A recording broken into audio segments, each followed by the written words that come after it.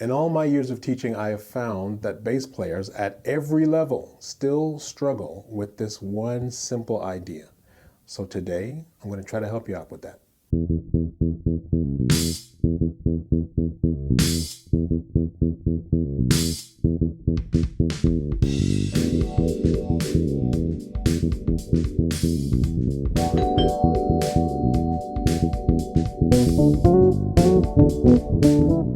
Friends and neighbors, welcome back to the Brownstone. I am glad you're here because today we are we're revisiting the first lesson, the very first lesson that I ever put up on this channel. It was a metronome exercise that helped you to deal with every note of the 16th note subdivision, because I have found that there are a lot of bass players who really struggle with getting those offbeats precise.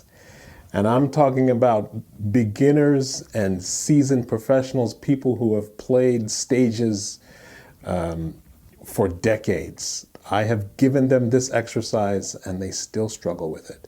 So to my beginners, I want to get you in on the ground floor so that you can start working on this stuff nice and early and get it super comfortable so it won't be an issue as you progress on the instrument. So let's get into it. My friends, this is going to be a workout for beginners, intermediate players, professional players, all of you. I want you all to try this exercise and gauge your comfort level with all of these different syncopations, because we are targeting two specific notes in the 16th note subdivision. And I want to do this in a way that makes it easy for anyone to sort of dive in. I've got Anna 2 ready to go here. And I've set up a beat on my beat buddy here that only deals with the 8th note, right? There are no 16th note syncopations. Well, there might be, but there are no 16th note syncopations in the bass drum or the snare drum. This way, you won't have like a bass drum to lean on that's playing the same note that we're going to target. It's going to be totally open.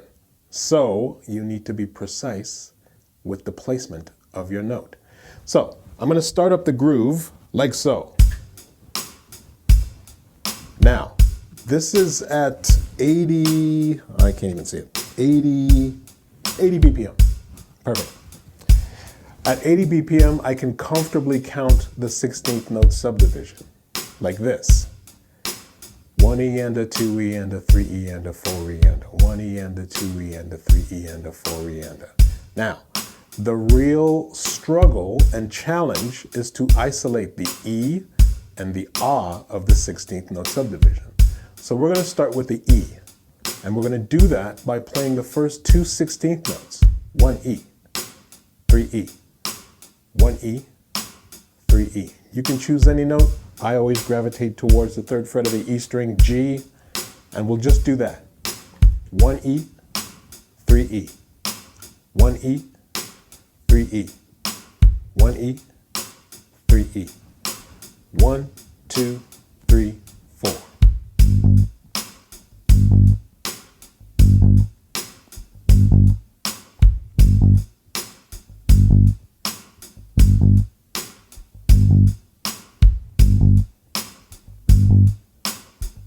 How's that feeling? Are you locked in? If you are, let's take away the first note. Then we have, this is the challenge. Can you nail this?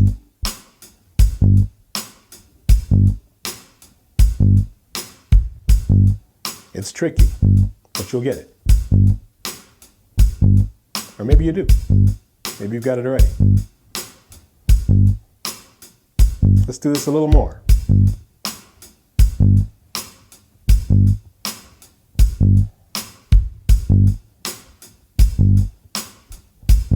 Now I want to alternate. What we'll do is we'll play 1E, the first two 16th notes, and then we'll drop that first 16th note on the 3E. I'll show you what I mean, and then play along. 1, 2, 1, 2, 3. 1E, 3E, 1E.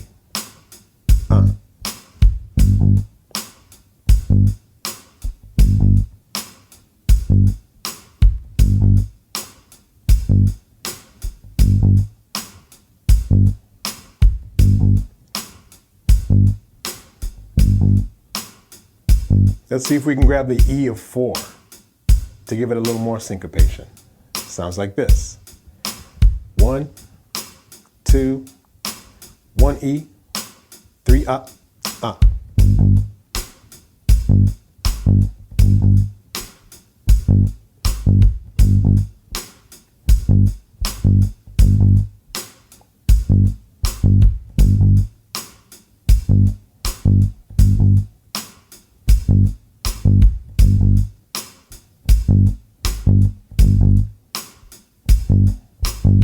So what I'm doing there is I'm grabbing 1 E and then the E of 3 and the E of 4. If I count the 16th note subdivision along with what I'm doing, you can hear the notes that are being isolated. 2, 1, 2, same phrase. 2.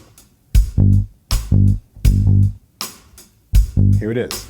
1 E and a 2 E and a 3 E and a 4 E and a 1 E and a 2 E and a 3 E and a 4 E and a 1 E, 3 E, E, 1 E, E, E, 1 E and a 2 E and a 3 E and a 4 E and a 1 E and a 2 E and a 3 E and a 4 E and a.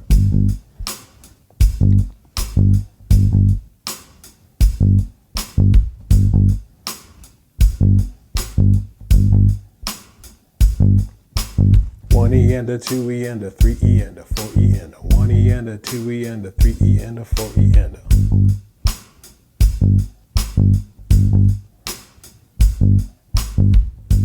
So this is the challenge. We are isolating the first 16th note beat right after the downbeats of beats 1 and beats 3, beats 1 and 3 of the bar. 1 E and a 2 E and a 3 E and a 4 E and a 1 E and a 2 E and a 3 E and a 4 E and a. You can even practice this at that tempo. I don't know what tempo I just sort of counted out, but try that. And you can also do this without an instrument and just clap those rhythms so that they really become more internalized and more comfortable for you to just play and improvise. Because once you are comfortable with those rhythms, you can then improvise around those phrases. This also breaks you out of the habit of whatever rhythmic language you have sort of developed for yourself. We all get into these rhythmic habits and then we just kind of stay there. And usually in developing those rhythmic habits, we omit these syncopations. That's why I get professional players and seasoned players, very, very experienced players who can't do this exercise because they've developed their own rhythmic habits. So this, by getting comfortable with every note of the 16th note subdivision, gets rid of any of those challenges. And then once you're able to do that, then things become much more free and open, and you're able to play any syncopation that you get faced with. That includes odd time signatures, which is a whole other thing that we'll get into at some other point. So that's the first note that we are isolating in our 16th note subdivision. That is the E, the first 16th note after the downbeat. The other challenging note of the 16th note subdivision, which might even be even more challenging, is to try to grab the last 16th note of the beat, the Ah. So if I'm counting 1 E and a 2 E and a 3 E and a 4 E and a 1 E and a 2 E and a 3 E and a 4 E and a. It's that last note, the Ah. This is what we're trying to isolate. And I have found that this particular note, this particular syncopation can be even more challenging than the E. So we'll do the same thing. To make this feel a little more comfortable, a little more familiar, we will play the downbeat along with the Ah. When we do that, we end up playing what's called the Charleston rhythm. Ba, ba. And I'll show you what I mean by that. So I'll play the same beat, and this time I will play the downbeat and then the last note of the 16th note subdivision beat, the Ah. So the first thing I want to do before I even play the instrument is get a sense of what my phrase is going to sound like and what notes I'm trying to isolate in the bar. In this case, it is the downbeat, the 1, and the Ah, the last 16th note. So 1 E and a 2 E and a 3 E and a 4 E and a 1 E and a. Ba, ba, ba, ba. 1 E and a, 1 E and a, 1 E and a, 3 E and a, 1 E and a, 2 E and a, 3 E and a, 1 E and a, 3 E and a. And when I'm comfortable with counting it out, that's when we can take it to the bass. 1, 2, bop, bop, bop, bop.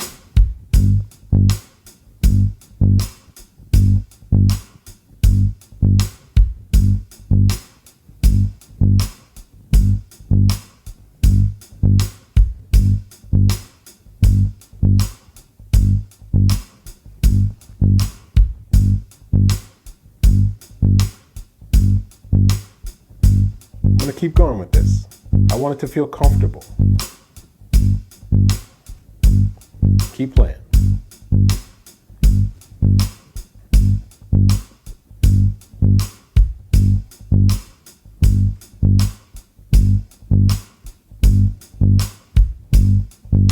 So that's feeling good.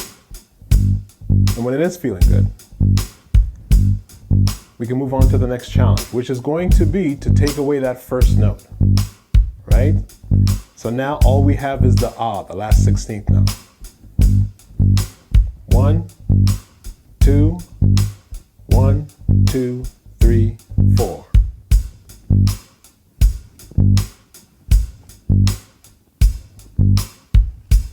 This is the hardest one.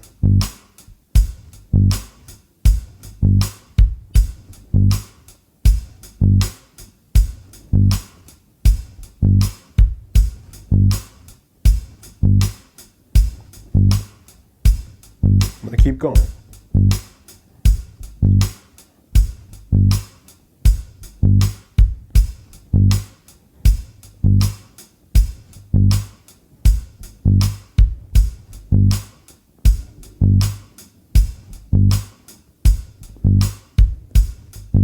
Now we can alternate like this, 3, 4.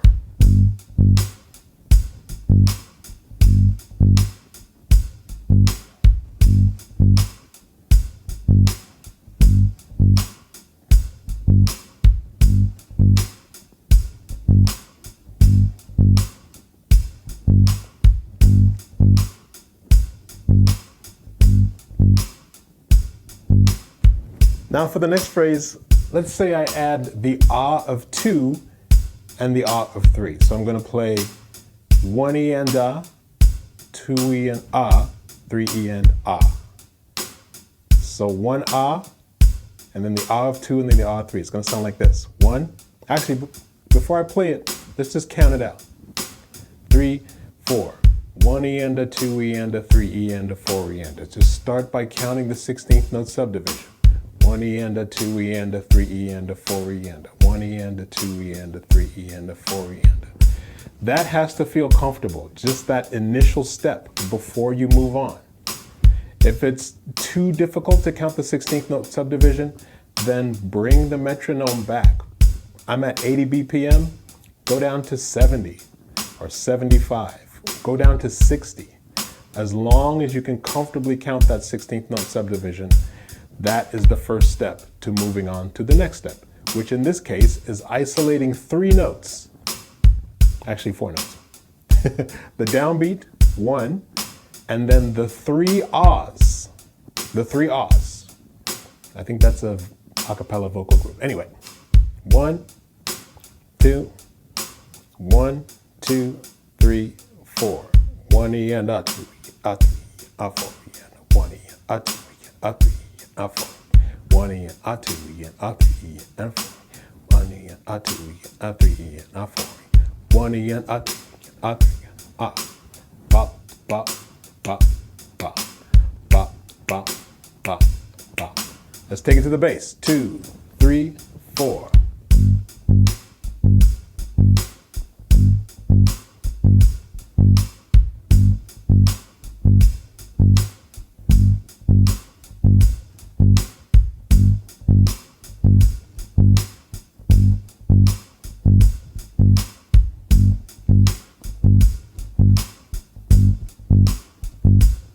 Keep going.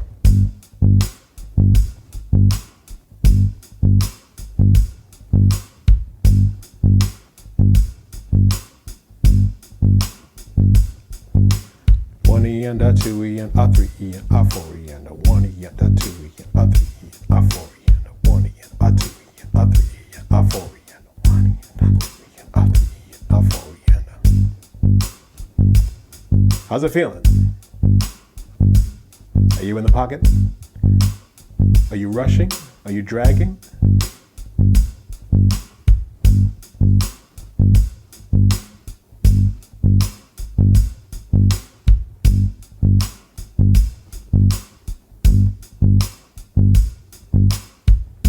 And those are our 2 exercises, friends and neighbors. Have fun with this. You can see and hear that there are levels to this exercise. So start at a level that's comfortable for you, and then keep pushing yourself to get to the next level.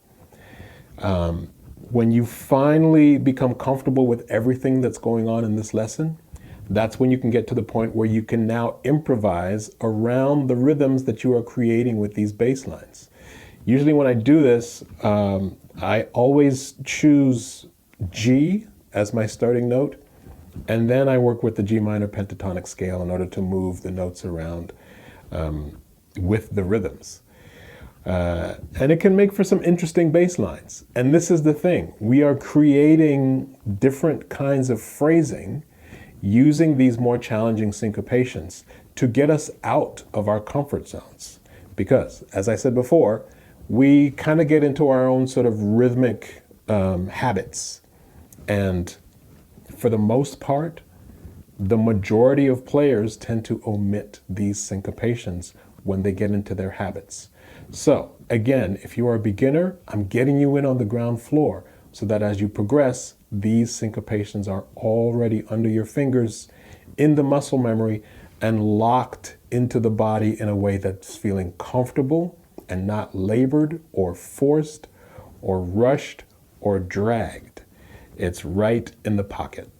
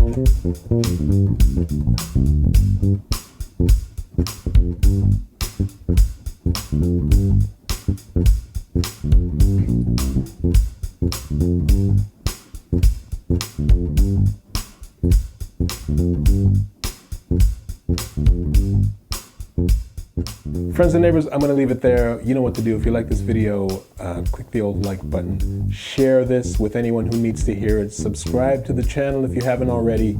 And there are a number of ways to donate to the channel if you are in a position to do so. And I'll leave those links in the description box below. Of course, all of the above is greatly appreciated. And I thank you for once again visiting me here in the Brownstone. And I will see you in the next video soon. Peace.